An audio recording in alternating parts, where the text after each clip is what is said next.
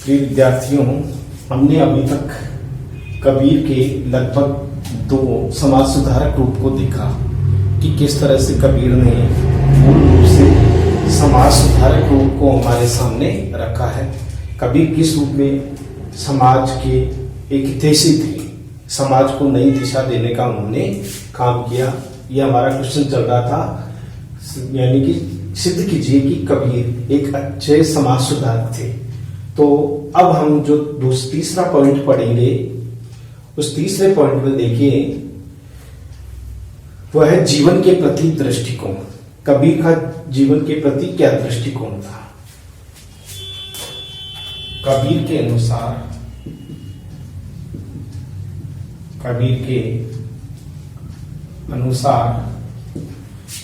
मानव जीवन, कबीर के अनुसार मानव जीवन ईश्वर का सबसे बड़ा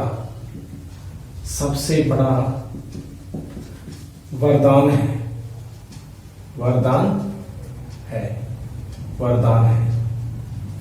अर्थात कबीर के अनुसार मानव जीवन ईश्वर का सबसे बड़ा वरदान है।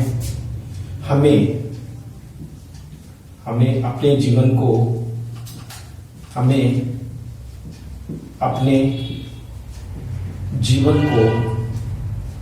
सदा हमें अपने जीवन को सदाचार में लगाना चाहिए।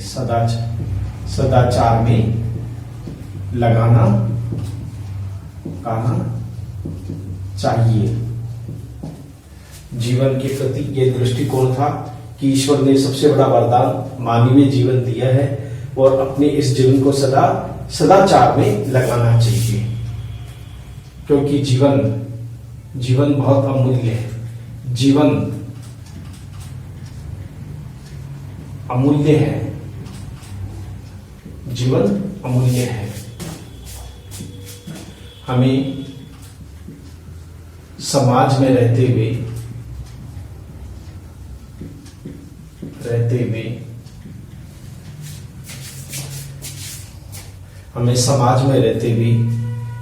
हित के कार्य करने चाहिए। व्यर्थ में इस जीवन को नहीं गंवाना चाहिए। व्यर्थ में इस जीवन को नहीं गंवाना चाहिए।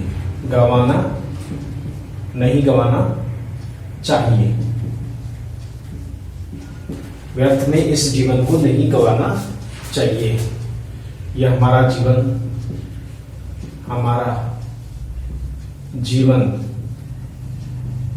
क्षणिक है। मोह माया से दूर रहते हुए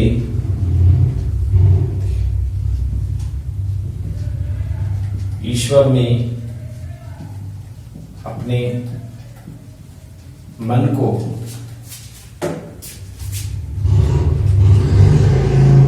लगाना चाहिए। ईश्वर में अपने मन को लगाना चाहिए। कबीर का कहना, हमारा जीवन क्षणिक है, मोह माया से दूर रहते हुए ईश्वर में अपने मन को लगाना चाहिए। तो कबीर का विचार में कबीर क्या सोचते हैं? कबीर ने जीवन के बारे में कहा है। जीवन के बारे में कहा है। क्या कहा है? अब हम उदाहरण में देखेंगे। यानी जीवन के प्रति उन्होंने क्या व्यक्त किया है कि जीवन को किस तरह से हमें जीना चाहिए। कबीर कहते हैं कि पानी केरा बुदबुदा, बुद पानी केरा बुदबुदा, असमानस की जात, अस मानस की असमान, पानी केरा बुदबुदा असमानस की जात जात, एक दिन यूं छिप जाएगा, यूं छिप जाएगा, एक दिन यूं छिप जाएगा, जो तारा प्रभात। ये बात उन्होंने पानी केरा बुदबुदा असमानस की जात, एक दिन यूं छिप जाएगी जो तारा प्रभात। इस प्रकार इस जीवन पर अधिक गर्व करने की आवश्यकता नहीं है, ये कबीर के विचार है। इसलिए समाज में रहते हुए जहां तक हो सके ईश्वर में अपने ध्यान को लगाना चाहिए, सदाचार के काम करना चाहिए, समाज के कल्याण के काम करना, क्योंकि जीवन बड़ा दुर्लभ है, बड़ी मुश्किल से मिलता है। कई योनियों के बाद में हमें ये मानव जीवन मिलता है। तो ये हमारे लगभग 3 पॉइंट पूरे हो गए। अब हम चौथे पॉइंट पे आते हैं। हमारे कबीर का जो चौथा पॉइंट है वो है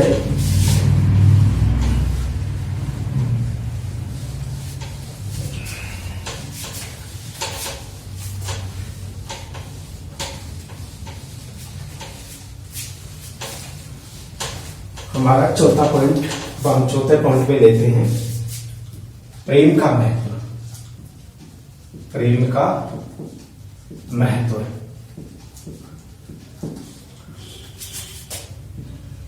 कबीर के अनुसार, कबीर के अनुसार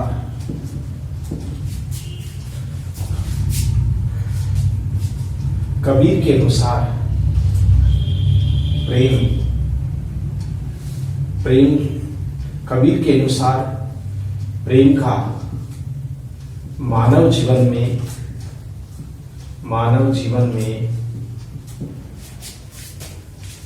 सर्वाधिक महत्व, मानव जीवन में कबीर के अनुसार प्रेम का मानव जीवन में सर्वाधिक महत्व होता है, सर्वाधिक महत्व होता है। कबीर के अनुसार प्रेम का मानव जीवन में सर्वाधिक महत्व होता है।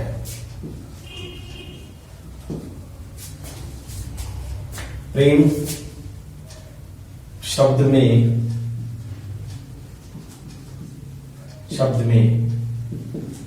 भावना छिपी होती है, भावना छिपी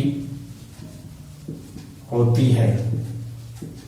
प्रेम शब्द में भावना छिपी होती है, यानी उसमें अपनी जो उद्गार होते हैं मन के वो छिपे होते हैं। बिना प्रेम के इस संसार में बिना प्रेम के इस संसार में कुछ भी ठीक नहीं है, ठीक नहीं है। बिना प्रेम के इस संसार में कुछ भी ठीक नहीं है।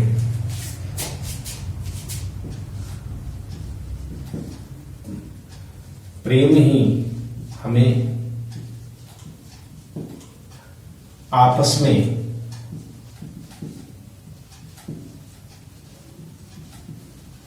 मिलजुल कर रहना सिखाता है।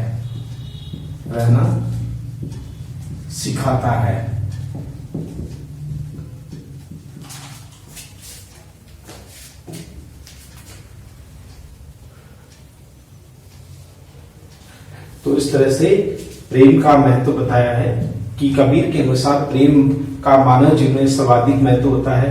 प्रेम शब्द में भावना छिपी होती है, गहरी शब्द में गहरी गहरी भावना छिपी होती है।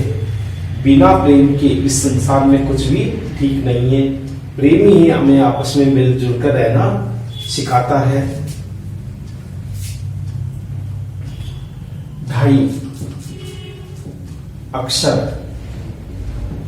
के इस शब्द में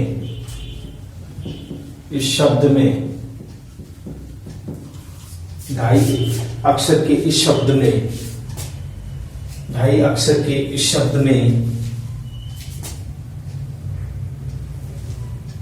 ढाई अक्षर के इस शब्द में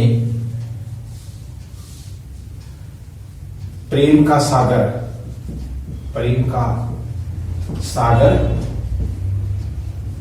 लहराता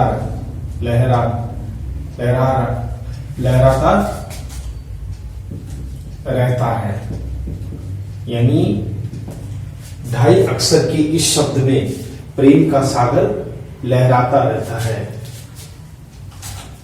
ढाई अक्षर के इस शब्द में प्रेम का सागर लहराता रहता है। प्रेम आत्मिक भाव है। प्रेम आत्मिक भाव है जो दो प्रेमियों को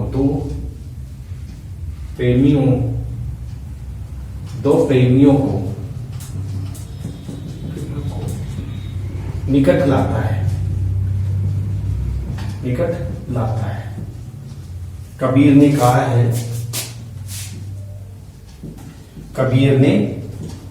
कहा है, क्या कहा है ये देखिए। पोथी पढ़ पोथी पढ़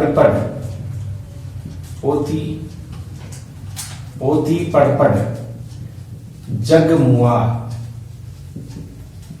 पोथी पढ़ जग मुआ, पंडित भया न कोई। पंडित भया न कोई। ढाई आखर प्रेम का,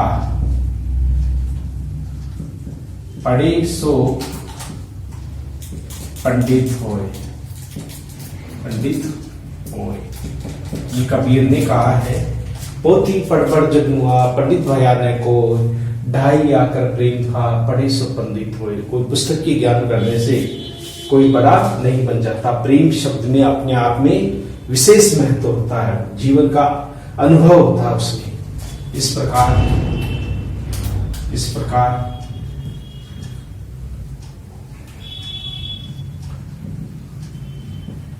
पुस्तकीय ज्ञान से प्रेम प्राप्त नहीं किया जा सकता, नहीं किया जा सकता।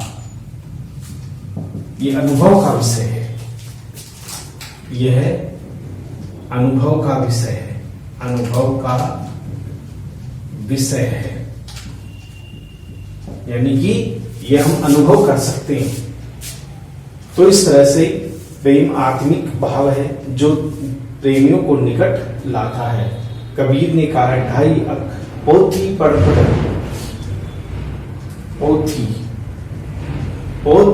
पढ़ जग मुआ, पंडित भया न कोई। ढाई आकर प्रेम का, पढ़े से पंडित होए। इस पुस्तक की ज्ञान से, कबीर ने कहा, पुस्तक की ज्ञान से ज्यादा प्रेम का महत्व होता है। यह अनुभव का विषय है। यह हमने लगभग 4 पॉइंट में कर लिया। अब हमारा जो 5वां पॉइंट है, उस पॉइंट को हम, तो अब हमारा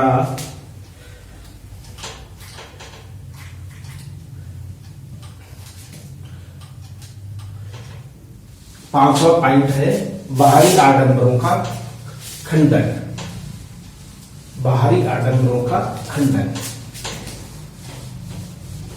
कबीर ने बाहरी आडंबरों का भी खंडन किया है। 5वां पॉइंट है हमारा। 5वां है बाहरी आडंबरों का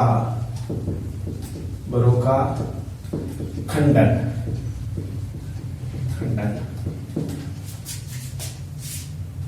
कबीर ने समाज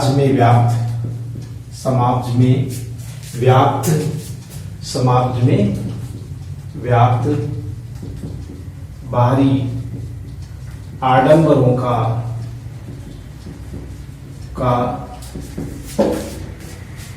खंडन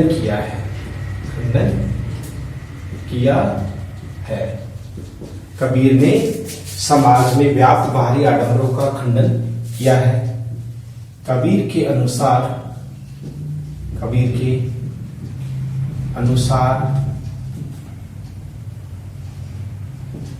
छापा, तिलक, भगवा वस्त्र,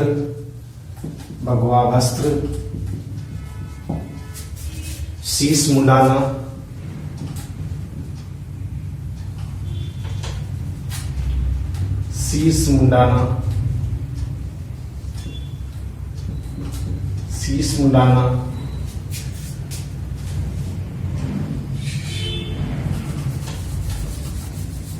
या सिर मुंडाना, हम ये सिर कहते हैं, सिर मुंडाना, छाप यानी कबीर के अनुसार छापा, तिलक, भगवा वस्त्र, सिर मुंडाना, व्रत रखना, देशावटन करना,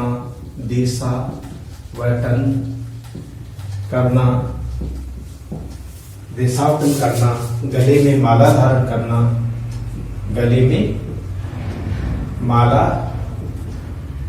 धारण करना, ये सभी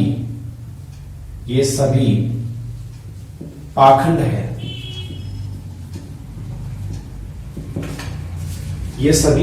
है।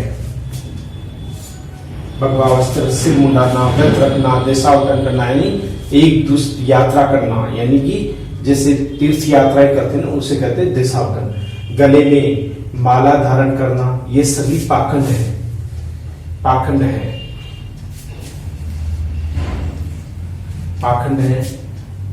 मन को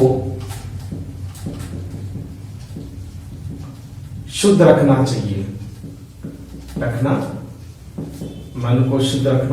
चाहिए। दिखावा करने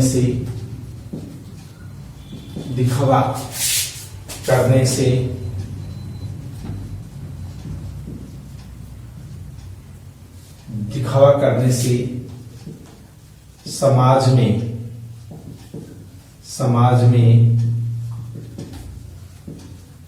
आडंबर दिखावा करने से समाज में आडंबर बढ़ जाते हैं।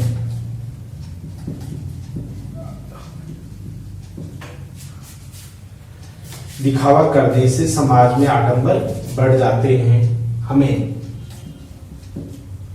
हमें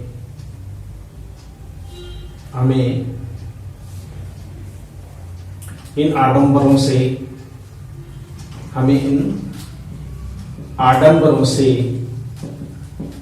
आडंबरों से दूर रहकर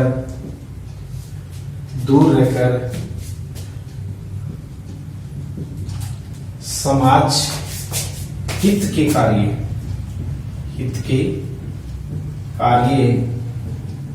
करने चाहिए। कबीर ने कहा है, क्या कहा है? यानी बाहरी आडंबरों का विरोध करते हुए कबीर ने आडंबरों का विरोध करते हुए कहा है, माला फिरत जुग बया। उदाहरण है, माला फिरत जुग भया। माला फिरत जुग गया, क्या जुग गया न मन का फिर गया न मन का फिर मन का गया ना, मन का कर का, मन का डार दे, कर का मन का डार दे, मन का फिर मन का फिर। तो कबीर भी यही कहना चाहते हैं कि माला ने जो तूने हाथ में धारण कर रखी, उस माला फेर जुग गया, माला फेरते हुए तुम्हें युग बीत गया ना मन का फेर, फिर भी तुम्हारा मन अभी तक उस बाहरी आडंबरों से थका नहीं है। गया ना मन का यानी झूठ कपट छल, ये आज भी चल रहा है। कर का मन का डाल दे, हे मनुष्य बाहरी दिखावा मत कर। हाथ में जो तूने मन का धारण कर रखा, झूठा दिखावा करने के लिए हाथ में जो राम नाम की जो माला जप रहा है तू, मन का कर का फेर, तू मन से सच्चे मन से ईश्वर का सांसों की गति के द्वारा अपने ईश्वर का मन का स्मरण कर। यही बात इसमें कही गई है। इस प्रकार बाहरी आडंबरों का खंडन कर समाज को नई दिशा देने का काम किया है कबीर ने।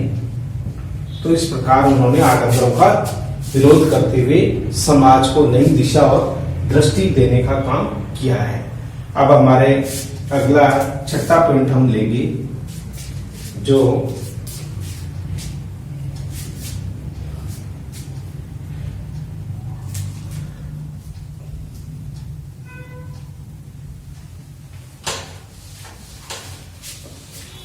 कबीर की बाहरी, ये हमारे चल रहे थे कबीर का एक समाज सुधारक रूप। तो इसमें 5 पॉइंट लगभग पूरे हो चुके हैं और अब हमारा जो छठा पॉइंट है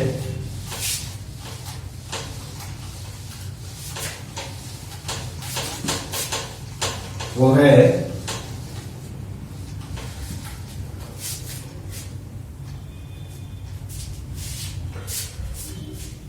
जो हमेशा बाहरी आडंबरों के खंडन के बाद में ज्ञान का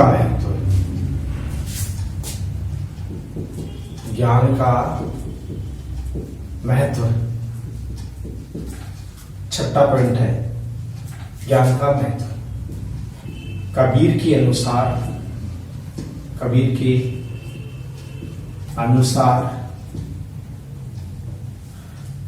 अनुसार जीवन में ज्ञान का विशेष महत्व होता है। ज्ञान का विशेष महत्व होता है।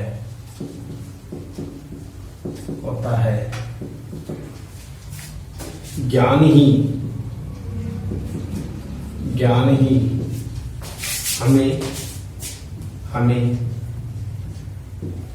ही हमें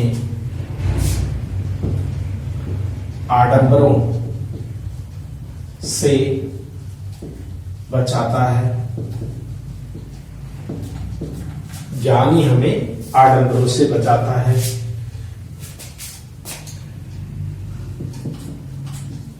ज्ञान की प्राप्ति के लिए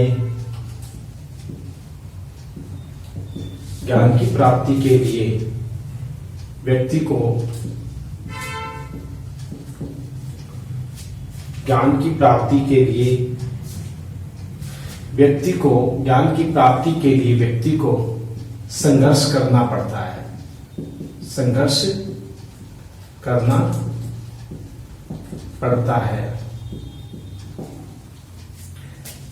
करना पड़ता है यानी कि ज्ञान की प्राप्ति आसान नहीं है। तो उन्होंने कहा कि ज्ञान की प्राप्ति के लिए व्यक्ति को संघर्ष करना पड़ता है। ज्ञान होने पर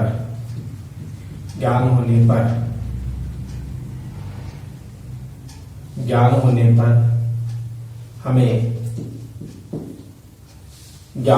पर हमें ईश्वरीय अनुभूति होने लगती है,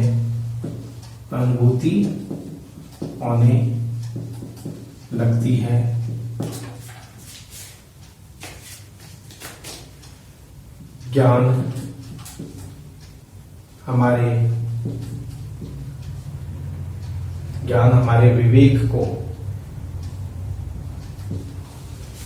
हमारे विवेक को या ज्ञान हमारे जीवन को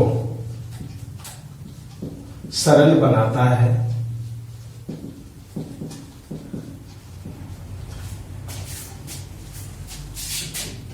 कबीर के अनुसार जीवन में ज्ञान का विशेष महत्व होता है। ज्ञान ही हमें आडंबरों से बचाता है। ज्ञान की प्राप्ति के लिए व्यक्ति को संघर्ष करना पड़ता है। ज्ञान होने पर हमें ईश्वरीय अनुभूति भी होने लगती है। ज्ञान हमारे जीवन को सरल बनाता है।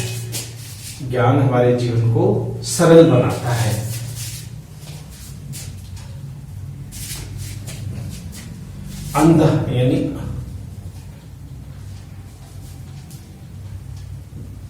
ज्ञान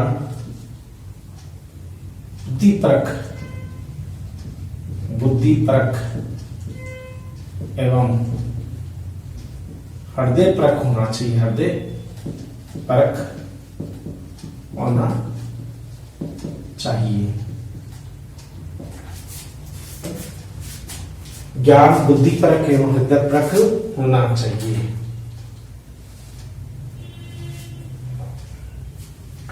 सारे भ्रम ज्ञान के द्वारा ही समाप्त हो सकते हैं। सारे भ्रम ज्ञान के द्वारा ही समाप्त हो सकते हैं। माया से मुक्ति भी पाई जा सकती है। इसलिए कबीर ने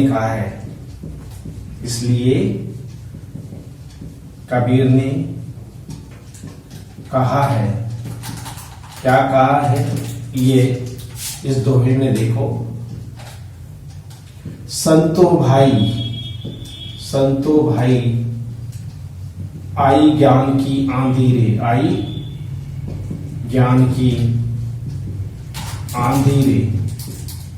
संतो भाई आई ज्ञान की आंधी रे, भ्रम की टाटी सबे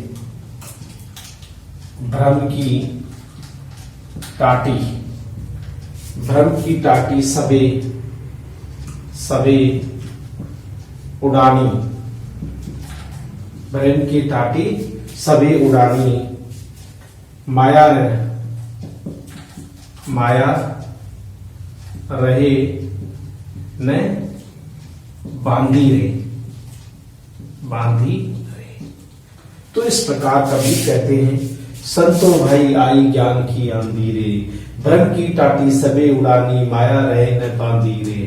कहने का मतलब था, माया जिसे छू नहीं सकती, माया से मुक्त हो जाता है व्यक्ति और उसे ज्ञान और विवेक का संचार उसमें होने लगता है। तो ये कबीर का एक ज्ञान का महत्व है। इस प्रकार कबीर ने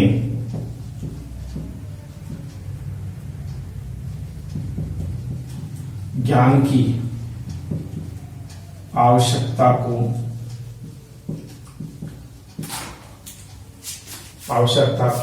कल इस प्रकार ज्ञान की आवश्यकता को महत्वपूर्ण माना है।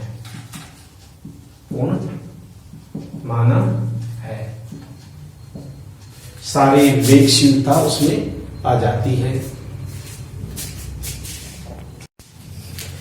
तो इस प्रकार कबीर ने ज्ञान के महत्व को इसमें बताया है। अब हम अगला जो है वो है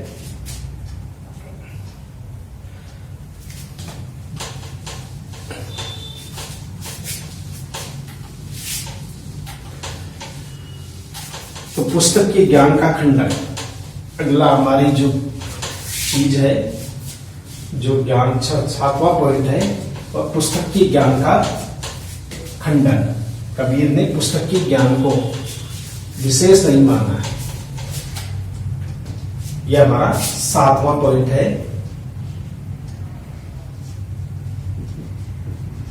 पुस्तकीय ज्ञान का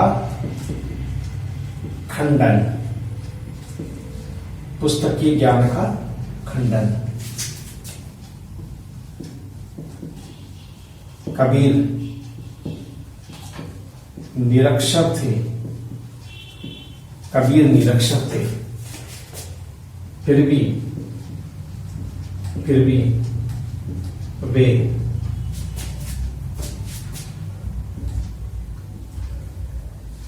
कबीर निरक्षर थे, फिर भी ज्ञान और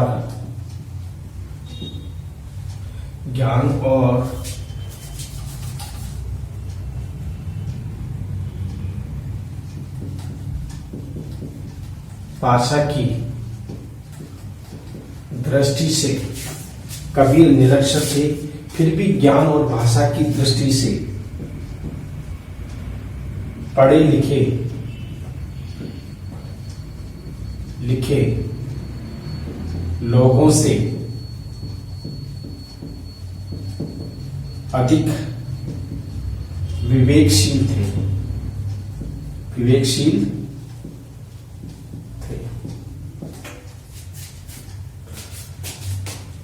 कबीर का मानना है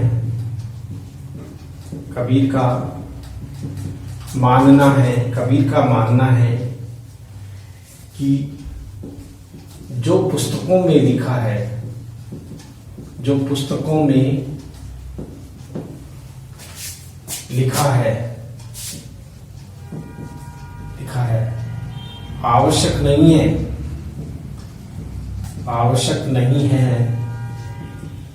आवश्यक नहीं है कि वह सत्य हो।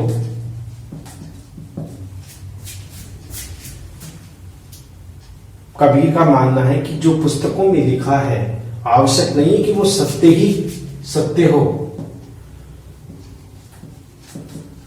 पुस्तकीय ज्ञान की अपेक्षा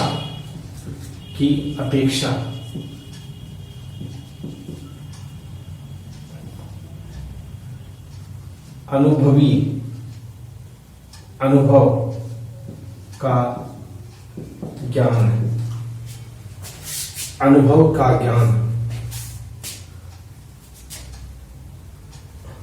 पुस्तक ज्ञान की अपेक्षा अनुभव का ज्ञान महत्वपूर्ण होता है।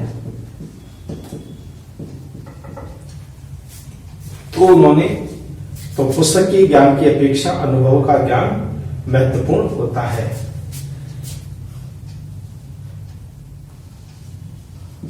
पुस्तकें रटकर लोग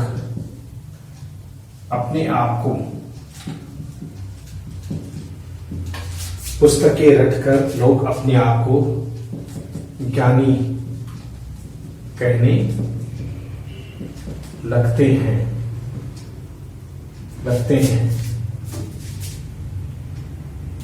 कबीर ने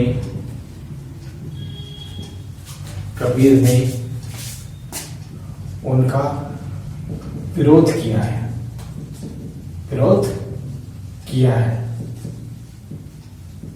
यानी पुस्तकें रटकर लोग अपने आप को ज्ञानी कहने लगते हैं। कबीर ने उनका विरोध किया है। किस रूप में उन्होंने विरोध किया है ज्ञान का, यह हम बताएंगे।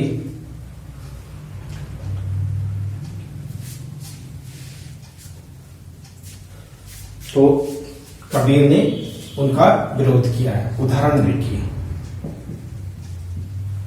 उदाहरण है, तू कहता कागज की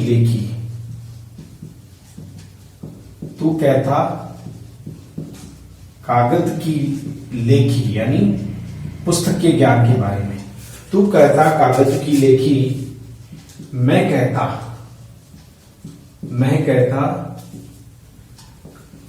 तू कहता कागज की लेखी, मैं कहता आँखिन की देखी, आँखिन की देखी।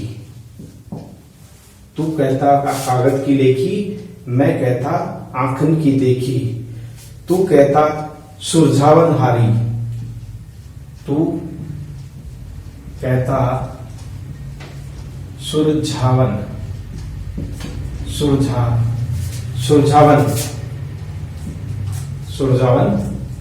हारी।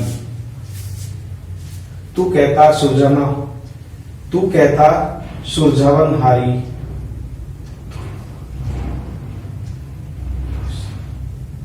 हाँ,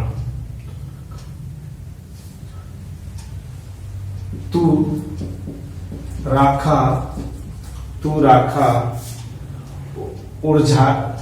उलझाए रे, राखा उलझाए रे। यानी कबीर यही कहना चाहता है, तू कहता कागज की लेखी, मैं कहता आंखन की देखी। तू कहता सुरझावन हारी, मैं राखा उलझाए रे। यानी कबीर कहता है कि कागज की जो लेखी है वो किसी ज्ञान को सुलझाता नहीं बल्कि उलझा देता है ना। यानी कि सार्वभौमिकता सत्य नहीं होती है उसमें, जो कुछ भी होती है आंखों से जो देखी हुई बात होती है वो ज्यादा सत्य है। कागज की लेखी तो कुछ भी हो सकता है उसमें, ये कतो कल्पित भी हो सकती है। तो इस प्रकार से कबीर ने उन्होंने पुस्तकीय ज्ञान का भी खंडन किया है। अर्थात कबीर ने निरक्षर थे, फिर भी ज्ञान और भाषा की दृष्टि से वे पढ़े लिखे लोगों से अधिक विवेकशील थे। कबीर का मानना है कि जो पुस्तकों में लिखा है आवश्यक नहीं है कि वह सत्य हो। पुस्तकीय ज्ञान की अपेक्षा अनुभव का ज्ञान महत्वपूर्ण होता है। पुस्तकें रटकर लोग अपने आप को ज्ञानी कहने लगते हैं। कबीर ने उनका विरोध किया है। तू कहता कागज की लेखी, मैं कहता आंखन की दिखी। तू कहता सुरझावन हारी, मैं तू राखा उलझाए रे। यानी तू उलझा के रखता है, कागज की लेखी में उलझा है, सार्वभौमिक सत्य नहीं। इस प्रकार कबीर ने कोरे पुस्तकीय ज्ञान का खंडन कर अनुभवी ज्ञान का मंडन किया है। ये कबीर के अनुसार है। ये जो है इस प्रकार पुस्तक की ज्ञान का यहां पर विरोध किया गया है।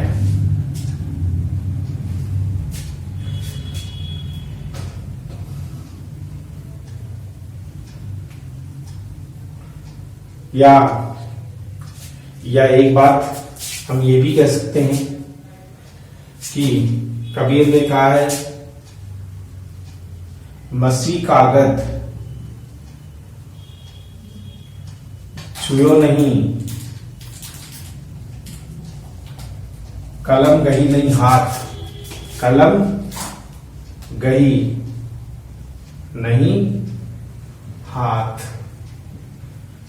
पुस्तक ने यानी शाही के उन्होंने हाथ नहीं लगाया, शाही का कागज को छुआ नहीं, कलम को कभी हाथ से नहीं पकड़ा, किंतु उनका ज्ञान सर्वोपरि था। ये ज्ञान के अनुभव को ही दर्शाता है। क्योंकि मसी कागज को यानी शाही और कागज को छुआ नहीं कबीर ने, फिर भी वो ज्ञान के पक्के थे। इस प्रकार से ये बात कही गई है। तो इस तरह से ये हमारे 7 पॉइंट पूरे हो चुके हैं।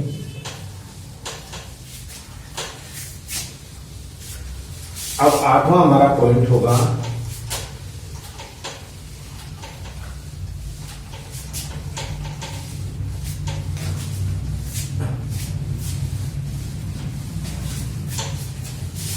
वह है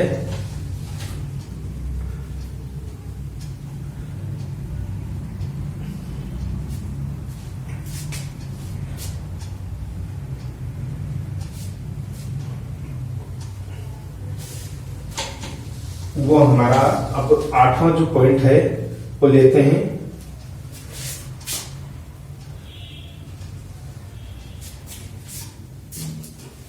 कहने का था कबीर के जो दृष्टिकोण है, उस कबीर के दृष्टिकोण में यानी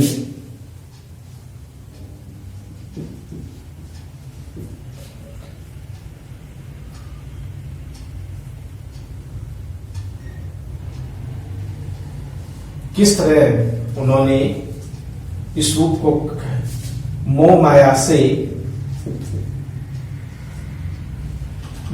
से दूर रहने का आग्रह। कबीर ने मोह माया से दूर रहने का भी आग्रह किया है। कबीर के अनुसार सांसारिक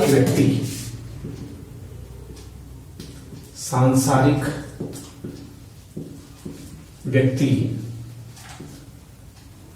मोह माया कबीर के अनुसार सांसारिक व्यक्ति मोह माया में लिप्त रहता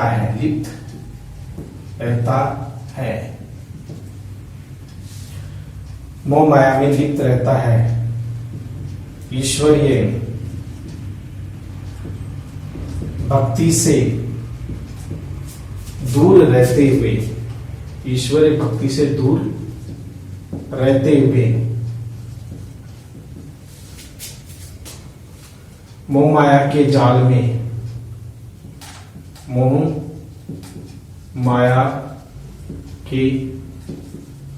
में फंसा रहता है।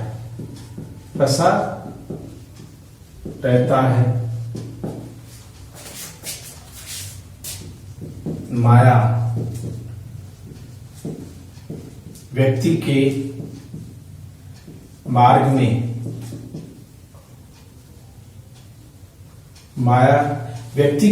में भक्ति मार्ग में बाधक बनकर उपस्थित हो जाती है।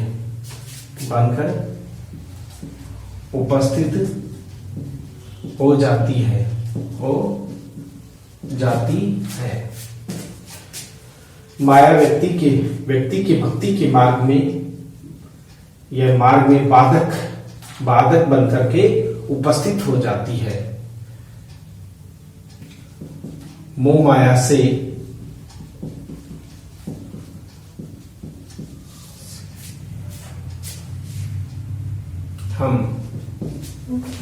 से हम तभी दूर हो सकते हैं, तभी दूर रह सकते हैं जब हमें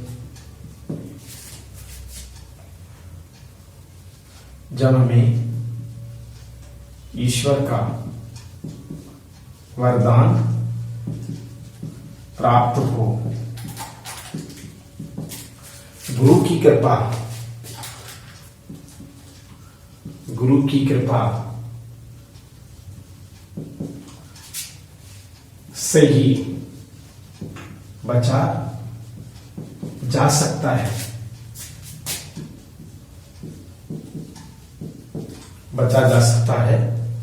उदाहरण लिख लीजिए। मोह माया के संबंध में जो कबीर ने मोह माया के लिए कहा है कि किस तरह, तो कबीर ने कहा है कबीर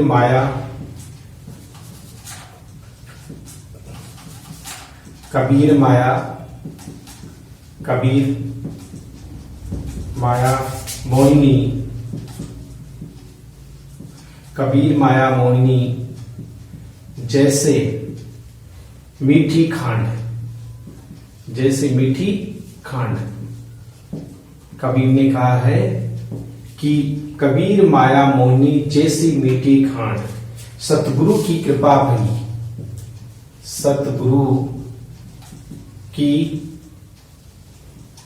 भई सतगुरु की कृपा भई, नहीं तो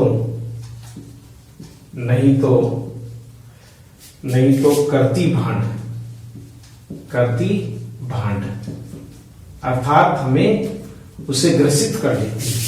कबीर कहते हैं कि माया मोहिनी है, गुड़ की तरह मीठी लगने वाली है। ये तो ईश्वरी कृपा और गुरु की कृपा थी कि हम उसके प्रभाव से अपने आप को बचा सके। तो कबीर ने संसारिक मोह माया से दूर रहने के लिए गुरु की कृपा को आवश्यक माना है, और या ईश्वर का वरदान हमें प्राप्त हो तो हम मोह माया से मुक्त रह सकते हैं। इस प्रकार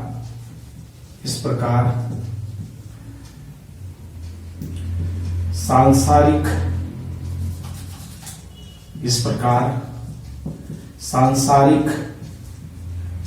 व्यक्ति को मोह माया से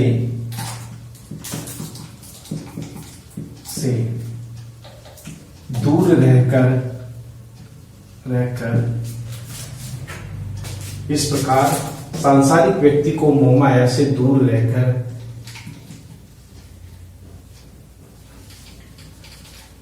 ईश्वरीय आराधना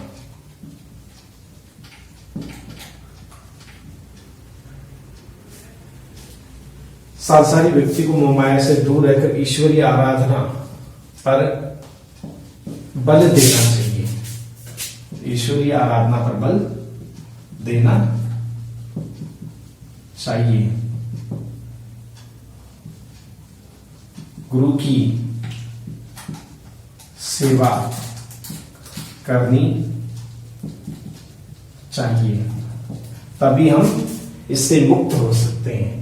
गुरु की कृपा और ईश्वर की आराधना, यही हमें मोह माया से या दूर रख सकती हैं। तो इस प्रकार से कबीर ने यहाँ पर मोह माया के बारे में बताया कि किस तरह से मोह माया हमें ग्रसित रखती है और दुखी बनाए रखती है, कभी उससे मुक्त नहीं हो पाता। तो ये हमारा ये मोह माया के संबंध में था। अब अगला मेरा पॉइंट आता है जो कबीर के समाज सुधारक रूप में है, जो कबीर ये मानते हैं कि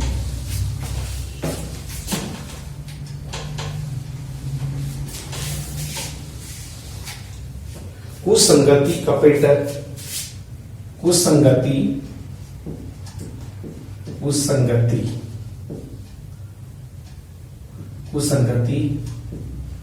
कपट, द्वेष से दूर रहने का आग्रह, यानी कुसंगति, कपट और द्वेष से दूर रहने का आग्रह किया है। यह आग्रह क्या है, ये अगले हमारी जो कालांश होगी उसमें हम पढ़ेंगे।